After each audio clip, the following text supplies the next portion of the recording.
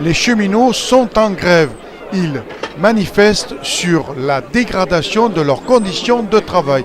Et ils sont également contre la loi Macron. Au micro, Brigitte Couder. Oui, alors moi je suis Brigitte Couder, secrétaire fédérale du commerce, de la Fédération Commerce et Services. Alors aujourd'hui les cheminots sont en manifestation, ils protestent pour leurs conditions de travail, les salaires, et vous soutenez aussi cette action.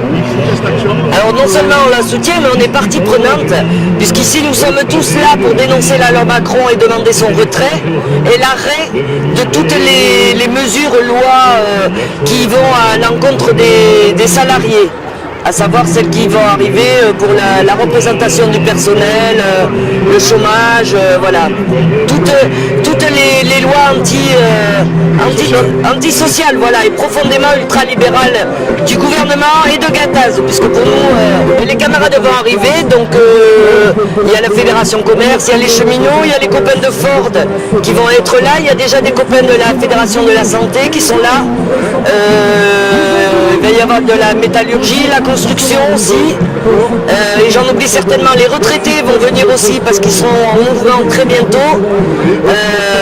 Voilà, mais il y a des corps de métier qui vont arriver, oui. La loi Macron va mettre en place le travail le dimanche, mais ça risquerait de se généraliser et que ça passe aussi dans le privé. Et les patrons pourront aussi moduler, dire ah ben vous allez travailler dimanche, vous ne travaillerez pas lundi ou mardi. Je veux dire, ça risque de s'étendre à tous les corps de métier. Alors, le véritable danger du travail du dimanche, surtout ce qui est inscrit dans la loi Macron, c'est qu'elle permet d'ouvrir plus de dimanches par an. Elle permet aussi des amplitudes horaires allant jusqu'à minuit. Et du coup, le risque, c'est la généralisation du travail du dimanche pour tous les corps de métier.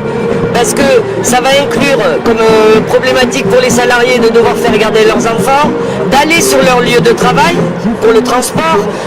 Ça veut dire que ça va inclure de services publics, de demandes de services publics et aussi de privés.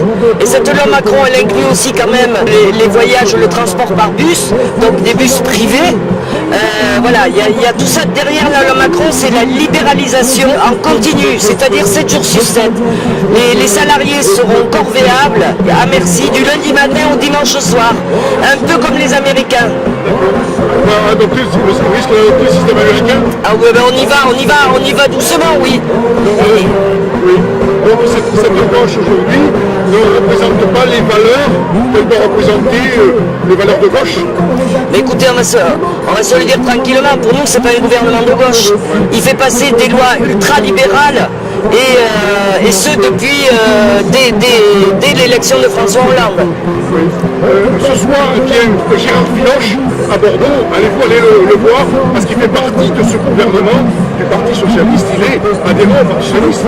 Est-ce que vous risquez d'aller le rencontrer ce soir à la télé municipale? Eh ben c'est prévu qu'on y aille pour faire une intervention justement. D'accord, oui. On attend un petit peu les camarades.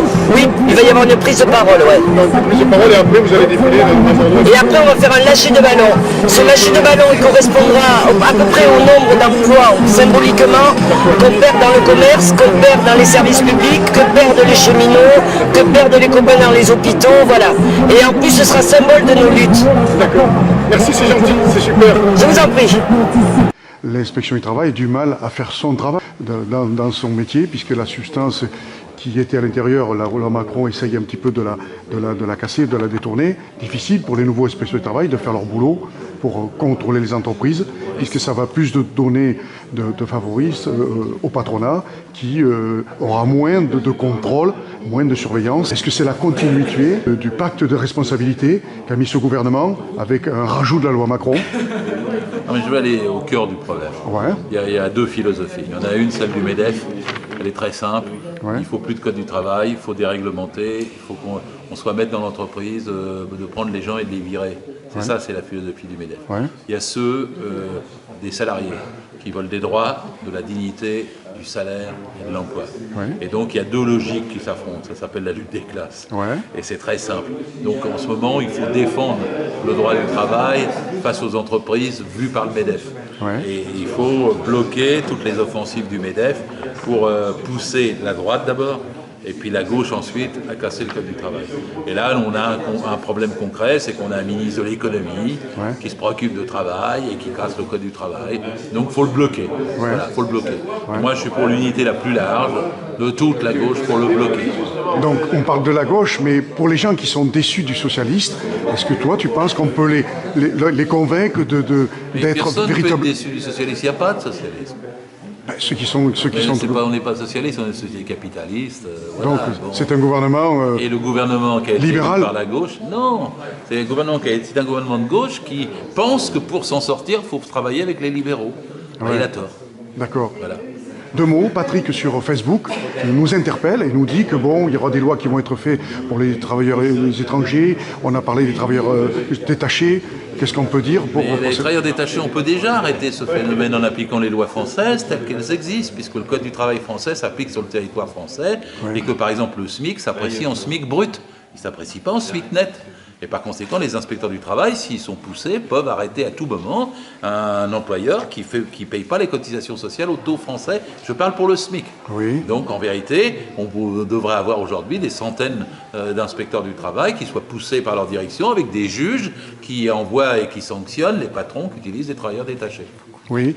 Dernière question. Il faut converger les luttes. Il faut que, toi-même tu dis qu'il faut qu'on fasse un grand mouvement pour Le 9 avril.